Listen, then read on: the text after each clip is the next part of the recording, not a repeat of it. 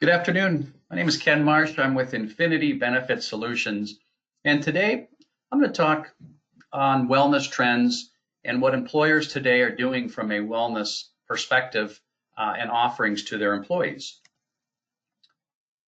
So for today, this is our agenda. The first part, we're going to be talking about an overview and an executive summary. So kind of historically what employers have done from a wellness initiative.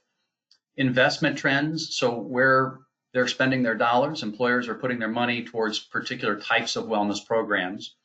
What drives decisions, criteria for evaluating solid wellness vendors, and what Infinity clients. So we're going to talk today about what our clients are doing from a wellness perspective. Also review what 3 insurance carriers today are offering from wellness services. And then our recommendations. We're going to finish up with our recommendations at the end. So the overview and executive summary. So despite continued uncertainty in the financial markets, rising unemployment, employers are still talking about wellness and ways to improve and add to their overall benefit programs. They use wellness for finding and retaining quality employees, and that continues to be difficult. So wellness is still a component of adding value to an overall job offering. To address this challenge, employers are expanding benefits, including the wellness programs to help employees thrive and enjoy their work. So not only to attract new employees, but employers are using wellness to retain them as well.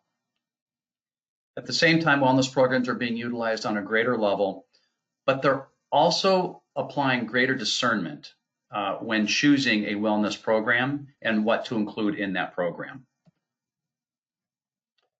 Within wellness programs today, some of the things that employers used and that we saw historically in wellness programs are starting to maybe not be utilized as much.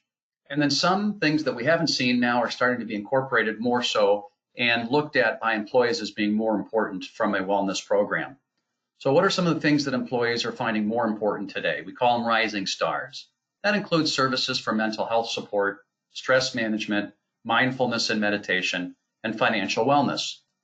Some of the things that historically wellness programs have included were health risk assessments, biometric screenings, health fairs, fitness classes, and health coaching. So we're finding with these falling giants that employees do not look at these services as positively as they look at the other in the rising star column. Caregiver support, we're putting this in its own category because this is becoming a very, very widely viewed benefit from employees as an area of importance. Employees have working parents, so employees, both parents were working, looking for caring for their kids. Also, many people today that are working are caring for an aging or ill relative. And overwhelmingly, employees are favoring resources that allow support for caregiver by flexible schedules and remote work options. Counseling services are also highly sought after from an employee's perspective.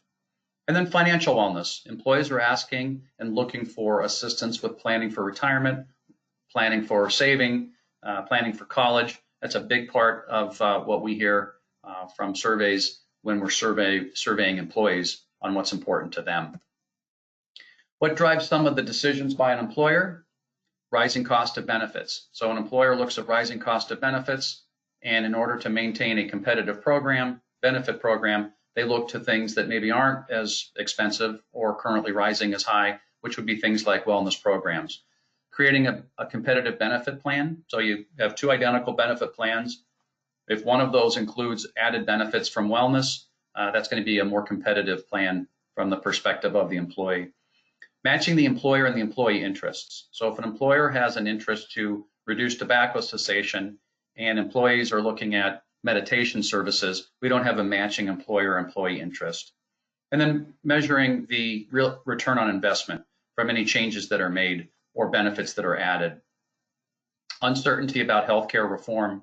So the Affordable Care Act has been around since 2014, and some of the requirements and initiatives are still not determined. So employers are somewhat uncertain and a little nervous about offering things within wellness programs that could create maybe some violations, such as incentivizing employees monetarily that meet certain criteria or don't meet certain criteria. What criteria that employers are using to evaluate vendors? Pricing, clearly, but innovation and technology. Wellness vendors must have strong and robust innovation and technology services. Flexibility in customizing what's available to each employer. So each employer has a custom ability to formulate their own wellness program. Reporting, tracking, hey, are we getting the return on our investment? Are we seeing what we expect to see? And are we reducing or increasing our wellness health overall? And then customer service. Some of our clients we look at, and we did a survey across our spectrum of clients, and this is what we see. So we have wellness committees, very common for employers to create wellness committees, 3 to 5 members that lead initiatives. Lunch and learns, these are 45-minute short presentations on various wellness topics. On-site clinics, some of our larger clients have actually established on-site medical clinics. Annual screening events, biometric screening, flu shots, health risk assessments, and rewards for healthy behaviors. These are all part of what our clients are doing. Insurance carriers and wellness services. So Humana, for example, has a program called Go 365. You reach various metallic levels, and then you have activities and challenges along the way, with rewards being reduced premiums for the employee. Anthem has NurseLine, some service for future moms, WebMD, telehealth, and tobacco cessation. United Healthcare has many services such as Rally, Real Appeal, Simply Engaged, and telehealth. These are programs designed to create engagement and reward employees for wellness behavior. And what we recommend for our clients: start small, such as a weight loss challenge, set goals for the program, minimum participation to justify. We want 20%, for example. Assign teams and tasks, let the employees that are interested run with it. Set realistic expectations. This year we will accomplish X. Reevaluate at 6-month interval, participation feedback. So we appreciate your time today. It's a very brief overview. If you have any questions or would like to learn more, you can reach me at the information and the numbers noted below. And I want to thank you for your time today, and I hope you have a great day.